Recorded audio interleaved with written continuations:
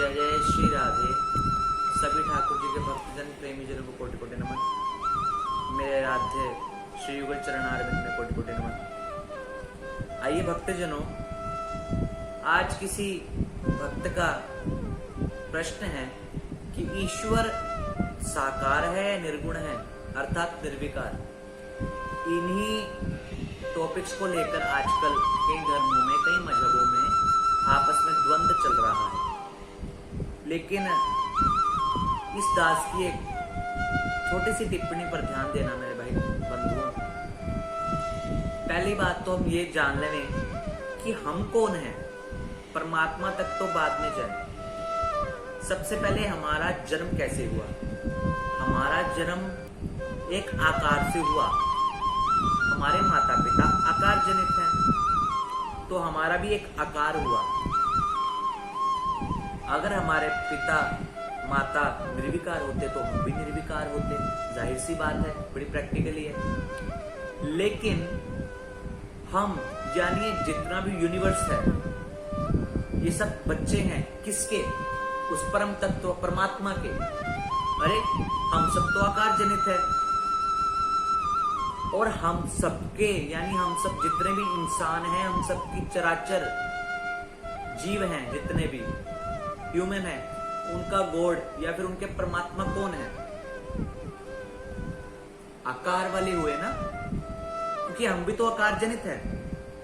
अगर हमारे परमात्मा जिन्हें ये कहते हैं कि वो शून्य है या ज्योति स्वरूप है, तो फिर हम भी ज्योति स्वरूप होते, जाहिर सी बात है।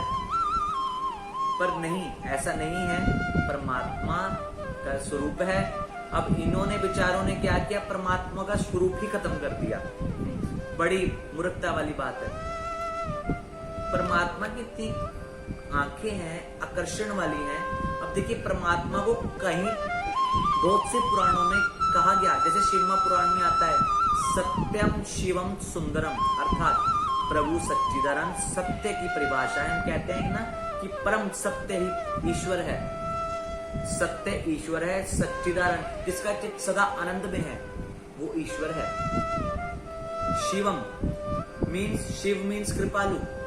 शिवम सुंदरम, सुंदरम यानी जो सबसे सुंदर है। अच्छा, अगर प्रभु निर्विकार होते तो वो सुंदर कैसे होते? थोड़ा इस बात के ऊपर आप ध्यान दीजिएगा। अगर प्रभु सुंदर हैं तो उनका तो आकार तो होगा ही ना। ऐसे एक प्रसंग आता है श्रीमद् भागवत में, दशम स्कंद की लीला है ये भक्तों। ऐसी उद्धव जी जब ज्ञान बांटने जाते हैं गोपियों के पास, उद्धव जी कहते हैं कि हे गोपियों, कृष्ण तो वास्तविक वो ब्रह्म है, वो निर्विकार है, वो शून्य है, जो स्वरूप है, वो बस यहाँ पर लीला करने आए हैं और लोगों को आत्मज्ञान बांटने के लिए आए हैं। वो ब्रह्म है, पर ब्रह्म। उनको आप योग से पाइए, साधना से पाइए। अब गोपियों ने उद्धव को एक बड़ा अच्छा जवाब दिया। उद्धव, अगर तेरा पर ब्रह्म निर्विकार है तो माता यशोदा का स्तन का पान किसने किया? बाबा की गौएं किसने चराई? हमारे साथ रास किसने किया? रास करने के लिए तो पैर भी चाहिए, पांव भी चाहिए। और आकर्षण किसके प्रति हो रही है? उद्धव ने कहा ब्रह्म के प्रति। तो गोपियों ने कहा वही तो, वो ब्रह्म निर्विकार नहीं उद्धव, वो ब्रह्म साकार है। अब यहाँ पे उद्धव जी चकरा गए। अरे गोपियां तो मुझसे भी बहुत ज्यादा ज्ञान जानती हैं। ये गोपियों और कोई नहीं प्यारे भक्तजनों।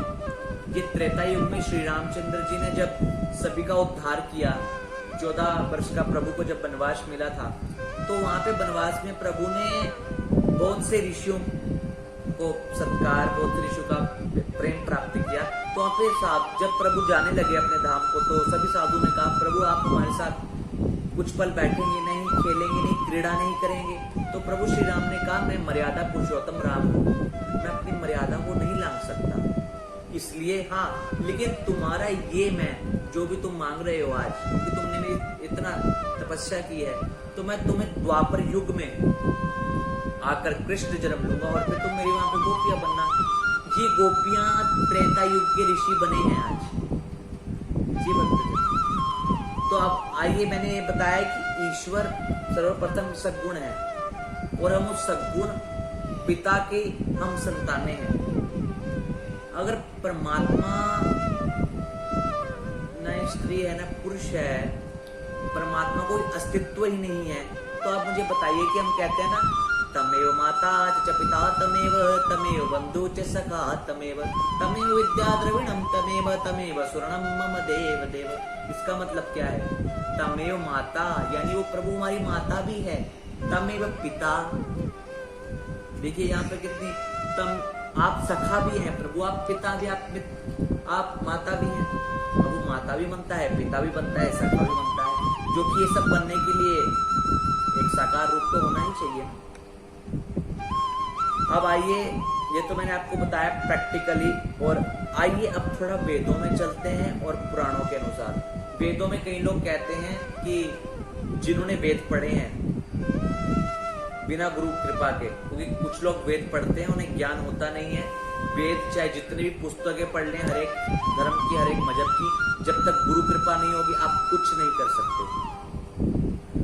तो वही बात मैं बताता हूँ, कईयों ने वेद पढ़े, कई लोग कहते हैं कि महाराज वेद में बखान आता है कि प्रभु निर्विकार है, सच्चिदानंद है। बिल्कुल, वो निर्विकार है, वो सच्चिदानंद है।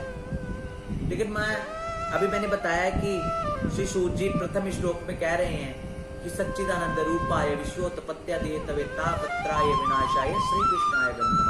अर्थात वो सच्चिदानंद कह करके भी उसको बोधित कर रहे हैं और रूपाय भी कह रहे हैं। इसका मतलब क्या है? इसका मतलब ये है, पहले तो हम समझे कि निर्विकार क्या होता है। हाँ, प्रभु सच्चिदानंद है, उनका रूप भी है, पर वो निर्विकार भी है। जी हाँ, कैसे? जैसे कि हम सबकी उत्पत्ति मैंने अभी बताया कि आकार से हुई है, लेकिन वो प्रभु तो अजन्मा है। हम साकार इसलिए हैं क्योंकि हम में आकार विकार ये अवगुण कूट कूट कर के भरे गए हैं। लेकिन प्रभु हम सबकी आत्मा परमात्मा अर्थात श्री कृष्ण, वो किसी तत्व से पैदा नहीं हुए, क्योंकि वो परम सत्य है, परम तत्व ही श्री कृष्ण है, उनसे ऊपर कोई तत्व ही नहीं। जैसे कि ब्रह्म संहिता में कहा गया, ईश्वर परम कृष्ण सच्चिदानंद विग्रह अनादिर गोविंद सर्व कारण कारणम। या पढ़े, आपको ब्रह्म संहिता में सूत्र मिलेंगे इसके। और फिर निर्विकार वो इसलिए क्योंकि उनमें कोई आकार और विकार है ही नहीं। सतो तमो रजो ये तो सब उन्हीं से प्रकट हुए हैं। और हम इसलिए साकार है बंधुजनों कि हमें विकार हैं, अवगुण हैं। हम कहते नहीं मेरा अवगुण भरा शरीर नाथ कैसे तारोगे। इसलिए निर्विकार वेदों में कहा जाता है क्योंकि उनमें कोई आकार और विकार नहीं है। हम इसलिए साकार हैं क्योंकि हमारे अंदर, इसीलिए परमात्मा निर्विकार भी है, सच्चिदानंद भी है, रूप भी है। अब मुझे आशा है कि जिस भक्त का भी प्रश्न है वो संशय दूर हो गया होगा। और जो इसे देख रहे हैं वीडियो को, वो आगे शेयर करें और जरूर हमें अपने जो आपके विचार हैं हमें प्रदान करें। इस दास के मुख से कुछ भी त्रुटि हो गई हो तो क्षमा करें। और मैं आपको बता दूं, हमारी संस्था कुंज बिहारी श्री हरिदास क्यों बनी है भाई बहनों, क्योंकि आज हमारे सनातन धर्म पर इतनी आवाजें उठाई जा रही हैं कि आप जानते ही हैं, गंगा घाट पर साधु को पीटा गया और उसकी जान भी चली गई। कितनी बेशर्मी की बात है। और हम हिंदू सहते आ रहे हैं, हमारे धर्म के ऊपर मूवी बन जाती हैं और हम बड़े धर्मशील बन जाते हैं, उस टाइम हम सहनशील बन जाते हैं। सबसे बड़ी मूर्खता है हमारी। इसलिए कुंज बिहारी श्री हरिदास संस्था बनी है ताकि हमारे धर्म के ब्राह्मणों पर अथवा किसी भी धर्म पर कुछ भी कार्य होता है, धर्म विरुद्ध कार्य होता है, तो ये संस्था उनके प्रति कुछ एक्शन लेगी। इसलिए भाई बहन हमने ये संस्था जोड़ी है। तो आप सभी से मेरी रिक्वेस्ट है, एक बड़ी अपील है, अगर हमारा संगठन बड़ा होगा तभी हम ये बड़े बड़े एक्शन, बड़े बड़े कार्य कर पाएंगे। कलयुग में संगठन ही प्रदान होगा। इसलिए आप सभी से मेरी रिक्वेस्ट है कि आप सभी लोग और सदस्य जोड़े। आप ये ना देखिए कि पर मंथली 200 रुपीज, देखो अगर हम अपने बच्चों को भी देखो इतना सब कुछ हम प्रदान करते हैं, धर्म के कार्य में अगर हम इतना सा भाग दे सकते हैं तो हम क्यों ना दें। हम अपनी बीमारियों पे खर्च कर सकते हैं, हम अपनी ख्वाहिशों पे खर्च कर सकते हैं, क्या हम एक टुकड़ा भगवान के नाम का नहीं निकाल सकते? अपने धर्म को बचाना ही सर्वश्रेष्ठ कार्य है। अन्य धर्म क्यों टिके हैं? क्योंकि उनके लोग उनको सहयोग कर रहे हैं। एक बार हम पर भरोसा, हम पर विश्वास करके देखिए जरूर, और हम हमारे साथ सहयोग कीजिए, और हम बड़े बड़े कार्य, श्रीमद् भागवत कथा का आयोजन हो, जैसा भी जो भी माया आप द्वारा हमें मिलेगी, आपके द्वारा मिलेगी, तो उसका दुरुपयोग नहीं, सही उपयोग होगा। जैसे कि अब हमने बताया कि जन्माष्टमी पर कार्यक्रम होगा, विशाल कार्यक्रम होगा, तो आप सभी को वहाँ पे निमंत्रण दिया जाता है, और सभी को जय जय श्री राधे।